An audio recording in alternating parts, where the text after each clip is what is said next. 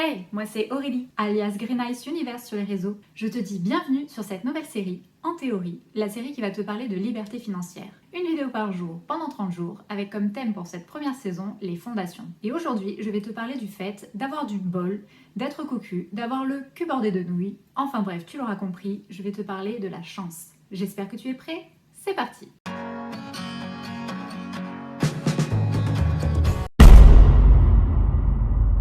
La chance est par définition quelque chose qui échappe à la volonté, à la causalité.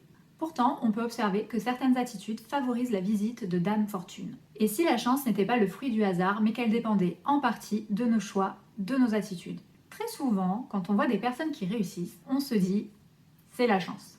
Ça a tendance à énerver ces personnes, et je les comprends. Parce que pour en arriver là, elles ne sont pas allées cueillir des trèfles à 4 feuilles, non, elles ont travaillé très dur, et par ce travail, elles ont provoqué la chance.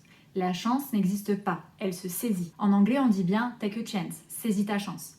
Oui, avec une vingtaine d'anglicismes depuis le début de cette série, je commence à parler anglais. All my arm scarves, my Morabito shoes, and my others Cartier watch. Stop to speak English. It is ridiculous. Il y a une citation que j'aime bien du photographe Henri Cartier-Bresson qui dit que la chance, c'est savoir se placer sur le chemin du hasard. La chance ne viendra absolument pas à toi toute seule. Il ne faut pas rester passif, immobile. Au contraire, il faut aller à sa rencontre. La chance, c'est des opportunités que l'on se crée. Pour provoquer ta chance, il va falloir être attentif. Le monde est rempli d'opportunités que l'on ne saisit pas parce que l'on n'est pas attentif. On ne prête absolument pas attention à ce qui nous entoure. Il va falloir également être prêt à passer à l'action et à sortir de ta zone de confort, parce que si tu passes ta vie à l'attendre, c'est certain qu'elle ne viendra pas.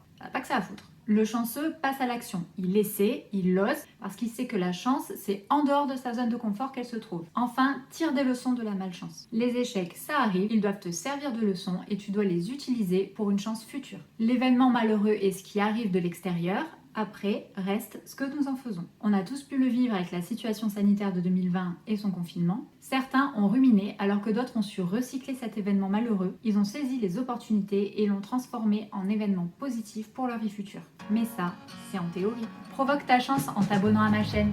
Et pour la doubler, laisse un like et un commentaire. À bientôt!